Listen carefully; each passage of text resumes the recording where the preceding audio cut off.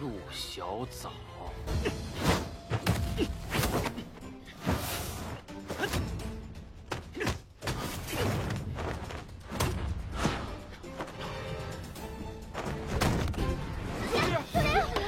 疯了，命都。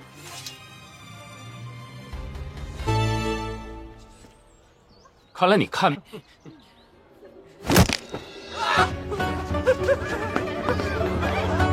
Halo, selamat datang di Aksa Movie 21. Semoga kalian dalam keadaan sehat dan selalu dimudahkan urusannya. Kali ini saya akan menceritakan bagian kelima dari cerita Jin Jiuling. Agar tidak berlama-lama, berikut rangkumannya. Jiuling memulai karirnya di ibu kota dengan menjadi tabib keliling di daerah pemukiman para pejabat istana. Suatu hari, dia bertemu dengan Nyonya Zhou yang sedang pergi keluar untuk bersantai. Melalui pengamatan wajah, Jiuling mengingatkan Nyonya Zhou untuk waspada terhadap pertanda buruk, yang berarti Nyonya Zhou mengidap penyakit aneh. Nyonya Zhou yang mendengarnya pun seketika marah. Dia menuduh Jiuling sebagai pembohong dan pergi meninggalkan tempat tersebut bersama pelayannya.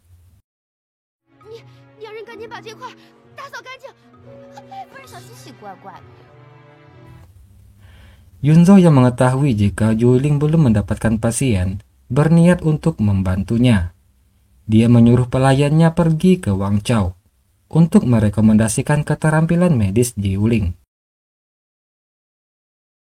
Keesokan harinya saat Jiuling kembali berkeliling, dia dihampiri oleh Wang Chao. Awalnya Jiuling sangat senang melihat inisiatif dari Wang Chao.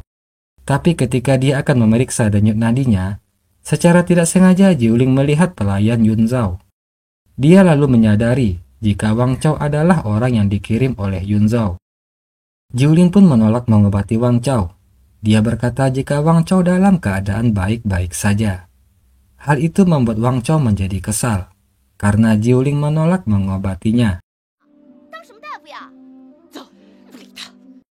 Karena Jiuling menyinggung keluarga Wang Chao, muncul rumor tentangnya di mana-mana, yang menyebar ke seluruh ibu kota. Ketika Nyonya Zhou mengetahui tentang perselisihan antara Jiuling dan Wang Chao, dia mulai berpikir untuk mencoba pengobatan Jiuling. Nyonya Zhou berhalusinasi mendengar bayi menangis dari depan dan belakang rumah, yang membuatnya merasa sangat ketakutan, dan memerintahkan pelayan untuk pergi menjemput Jiuling.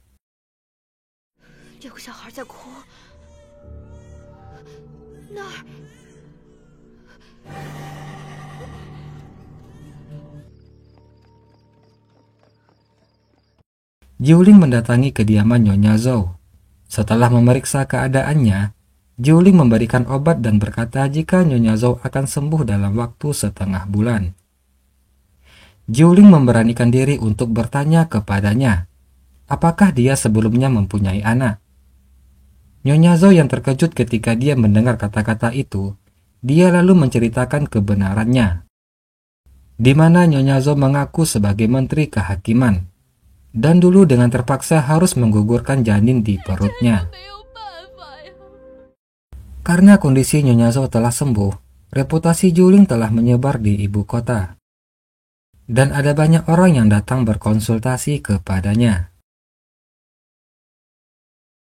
Atas permintaan Jiuling, Yu Xiu menemui Jin Xiu yang lagi menjalankan aktivitasnya sebagai penjual permen.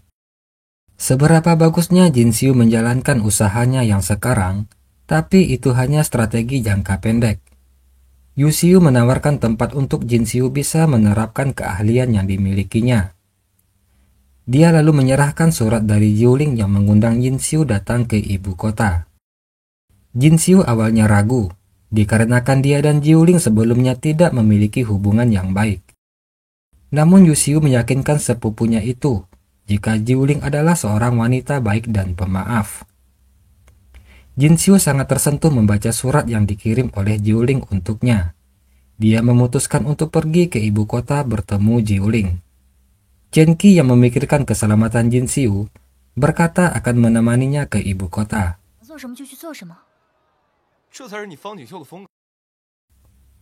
Nyonya Lin dari Kementerian Ding Yuan telah lama menderita sakit. Bahkan tabib Jiang dari divisi tabib tidak mampu untuk mengobatinya. Nyonya Lin yang putus asa meminta untuk dicarikan tabib yang lain. Bertepatan dengan itu, Nyonya Zhou berkunjung ke sana.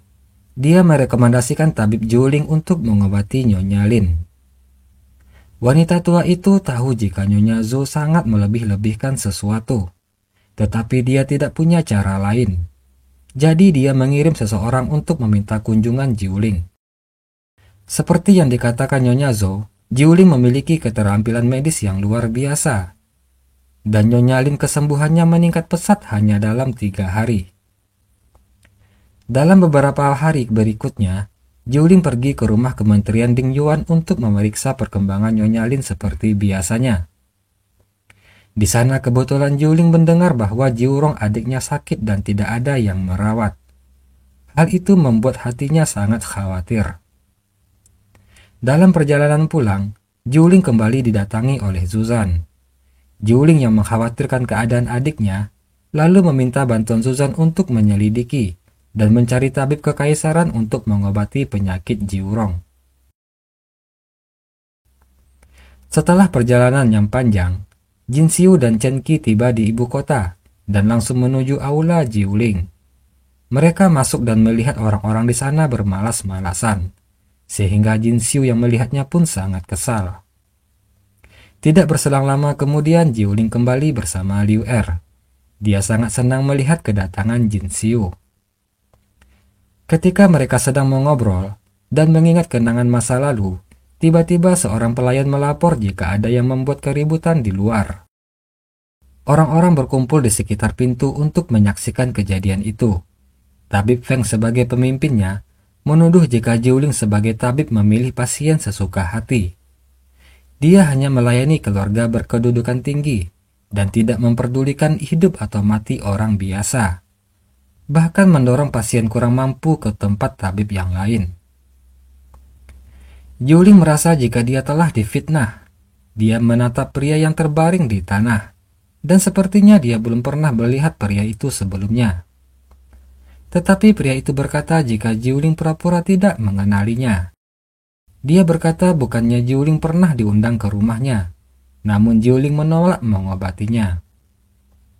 Tiba-tiba Zuzan datang dan membongkar kebohongan pria tersebut.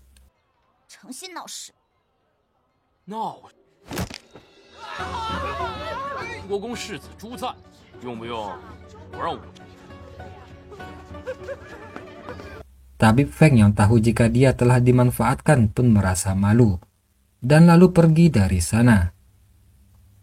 Karena kejadian ini, Jiuling menyadari jika dia telah menyinggung pejabat di ibu kota. Zuzan yakin jika insiden itu terkait dengan divisi tabib istana, terutama karena Jiuling telah menyembuhkan kerabat Ding Yuan, sehingga dengan demikian dia telah menyinggung tabib Jiang. Sesuai permintaan Jiuling sebelumnya, Zuzan secara pribadi menyelinap ke ruang arsip di divisi tabib untuk mencari petunjuk. Dia menemukan jika tabib kekaisaran yang sering pergi ke istana kerajaan untuk mengobati Jiurong adalah tabib Jiang. Di sana juga diterangkan jika Jiurong dinyatakan secara fisik sangat lemah. Tabib Jiang yang menanganinya memberikan beberapa resep yang tidak efektif. Zuzan berencana untuk mencari tabib pengganti untuk mengobati Jiurong dengan tabib kepercayaannya. Jiuling segera bangkit dan memberi hormat kepada Zuzan, memohon kepadanya untuk mengurus masalah ini. Penyakit Niangzi menyebabkan pita suaranya menjadi rusak, sehingga bicaranya pun menjadi serak dan tidak menyenangkan, yang membuatnya merasa sangat cemas. Nyonya Huang tahu jika ada seorang tabib wanita di ibu kota yang sangat luar biasa. Jadi, dia merekomendasikan orang ini kepada Niangzi. Dan setelah mendapatkan izin, dia segera membawa pelayan ke aula Jiuling untuk berkonsultasi. Setelah mendengar penjelasan Nyonya Huang, Jiuling meresepkan obat dan menyerahkannya kepada Nyonya Huang. Dia berkata jika penyakit ringan ini dapat disembuhkan tanpa pergi ke sana. Tanpa diduga, pihak lain memaksa Jiuling untuk pergi melihat keadaan Nona Niangzi. Jiuling yang tidak mau menimbulkan masalah, akhirnya setuju dan mengikuti Nyonya Huang. Sesampainya di sana, Jiuling memeriksa denyut nadi Niangzi dan lalu memberikannya obat. Hanya dalam waktu 10 menit Niangzi telah mendapatkan suaranya kembali. Secara kebetulan Lu Yunqi tiba-tiba mengunjungi Niangzi. Niangzi yang melihat kehadiran Lu Yunqi berlutut dan terus memanggil namanya. Bahkan terus mengulangi karena penyimpangan nadanya. Jiuling menjadi lebih terkejut saat dia mendengarkan suara Niangzi terlalu mirip dengan suaranya dahulu. Dia langsung menyadari jika Lu Yunqi menahannya di rumah pribadi hanya memperlakukannya sebagai bayangan putri Jiuling. Lu Yunqi telah lama mendengar tentang balai pengobatan Jiuling. Jadi dia langsung menyuruh Niangzi untuk memberikan 10.000 tael perak untuk biaya pengobatan. Dan meminta Jiuling untuk mengubah namanya. Dan bahkan harus mengganti papan nama aula Jiuling. Jiuling tidak menyangkalnya sama sekali. Dia tidak punya pilihan selain menerima biaya pengobatan dan pergi dari sana. Setelah meninggalkan kediaman Niangzi, Jiuling tidak bisa lagi menahan rasa jijik di hatinya. Dia berlari ke gang dan muntah di sana. Dia membenci kelakuan Lu Yunqi dan merasa kasihan untuk kakak perempuannya. Melihat jika festival Sangyuan semakin dekat, Yunzhou tidak bisa menahan diri. Dia mendatangi balai pengobatan Jiuling dan ingin mengundang Jiuling untuk menikmati acara lentera bersamanya. Yang mana Yunzhou masih membahas tentang perjanjian nikah mereka dulu dan berusaha untuk menjalin hubungan bersama Jiuling. Mengabaikan perasaan cinta yang diberikan Yunzhou, Jiuling menolak ajakannya tersebut. Dia berkata jika hubungan mereka tidak akan pernah cocok. Mereka telah membahasnya di Zuzhou sebelumnya. Sekarang mereka harus menjaga jarak dan tidak boleh lagi membahasnya. Tanpa diduga mereka bertemu dengan Zuzan di sana. Pada awalnya Zuzan sedikit cemburu kepada Jinzhou. Tetapi ketika dia mendengar jika Yunzhou ditolak Jiuling, dia langsung tersenyum dan hatinya sedikit senang. Zuzan mengajak Jiuling menikmati festival lentera dengan gayanya yang sok. Tetapi tanpa diduga, Jiuling langsung setuju, yang membuatnya merasa sedikit tidak nyaman. Jiuling berpikir jika Yunzhou memiliki maksud lain mengajaknya melihat lentera, tetapi Zuzan berbeda. Jiuling pun mengambil kesempatan itu untuk menggoda Zuzan. Setelah akhirnya menyembunyikan rasa malunya, Zuzan akan membahas tentang masalah penggantian tabib untuk Jiurong. Namun tiba-tiba Chen Qi datang memberitahu jika tabib Feng ada masalah dengan penyambungan tulang pasien, sehingga terjadi keributan di kediamannya. Ketika Jiuling mendengar berita itu, dia menemukan bahwa pria yang berpura-pura sakit hari itu belum pulih dari pegelangan kakinya, tetapi malah menjadi semakin parah. Kakaknya dengan marah menghancurkan balai pengobatan tabib Feng. Jiuling mengambil inisiatif untuk memeriksa keadaannya, dan dia menemukan bahwa tulang-tulang itu tidak tersambung sama sekali. Namun karena di sana banyak orang, Jiuling meminta tabib Feng untuk mengulangi lagi caranya menyambung tulang, dengan alasan meminta nasihat dan membantunya memecahkan masalah. Dengan sikap sopan dan rendah hati, Jiuling membimbing tabib Feng menyambung tulang kembali.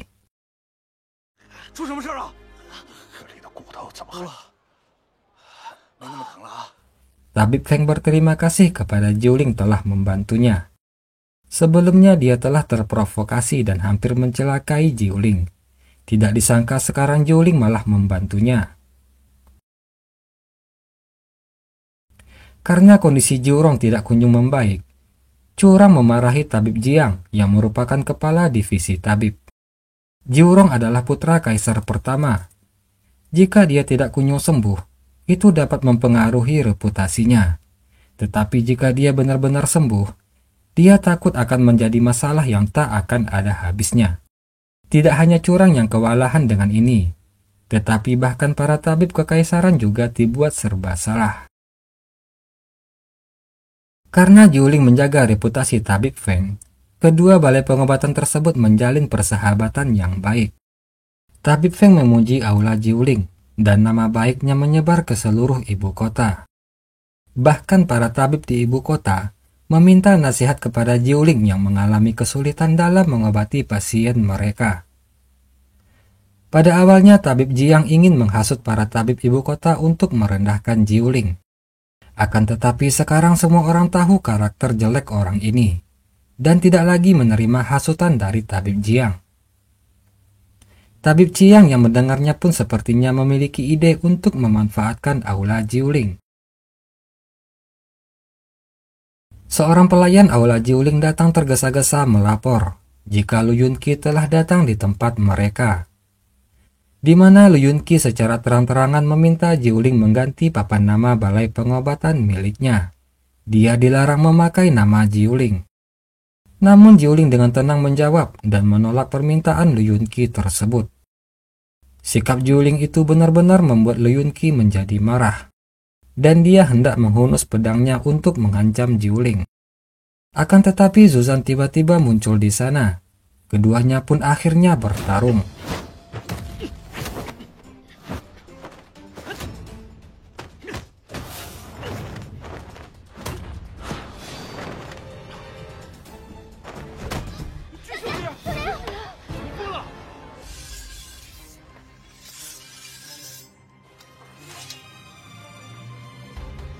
Jiuling melihat jika ada banyak orang divisi Wude di sana. Dia tahu jika Zuzan tidak akan sanggup melawan mereka semua.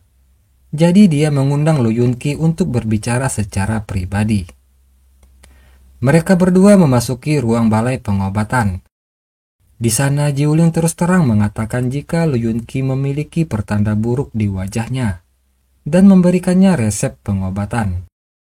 Lu Yunqi mencibir perkataan Jiuling. Tetapi ketika dia melihat resep yang dibuat oleh Jiuling, dia terkejut dengan tulisan di resep tersebut. Dia lalu berjalan keluar dari aula Jiuling, lalu membawa divisi Wude dan semua orang pergi dari sana. Penyakit Jiurong menjadi semakin serius dan beritanya telah menyebar ke seluruh ibu kota. Tabib istana mendiagnosa jika Jiurong menderita kelenjar getah bening.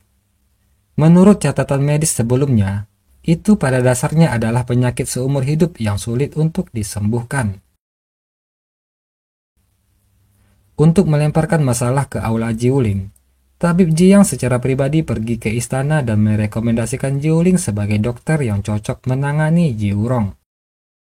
Hal itu seketika membangkitkan amarah Kaisar Curang. Kebetulan Lu Yunqi juga ada di sana. Dia terus terang mengatakan jika Jiuling adalah cucu dari keluarga Fang yang mewarisi ilmu pengobatan dari leluhurnya. Mendengar nama keluarga Fang, Kaisar berpikir jika ini kesempatannya untuk menghabisi semua keluarga Fang. Di mana jika Jiuling gagal menyembuhkan Jiurong, maka sudah dipastikan seluruh keluarga Fang akan dipenggal sebagai hukumannya. Kaisar pun akhirnya membiarkan Jiuling mencoba menyembuhkan Jiurong.